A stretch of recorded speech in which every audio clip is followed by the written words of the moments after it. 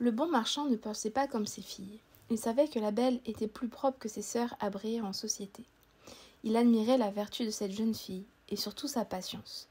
Car ses sœurs, non contentes de lui laisser faire tout l'ouvrage de la maison, l'insultaient à tout moment.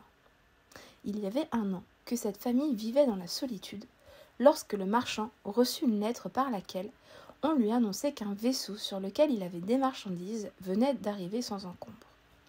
Cette nouvelle faillit faire tourner la tête à ses 2 aînées, qui pensaient qu'enfin elles pourraient quitter cette campagne où elles s'ennuyaient tant. Quand elles virent leur père prêt à partir, elles le prièrent de leur apporter des robes, des palatines, des coiffures et toutes sortes de bagatelles.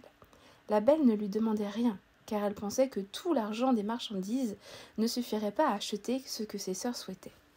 « Tu ne me pries pas d'acheter quelque chose ?» lui demanda son père. « Puisque vous avez la bonté de penser à moi, lui dit la jeune fille, je vous prie de m'apporter une rose, car on n'en trouve point ici. » Ce n'est pas que la belle se souciât d'une rose, mais elle ne voulait pas condamner, par son exemple, la conduite de ses sœurs, qui auraient dit que c'était pour se distinguer qu'elle ne demandait rien.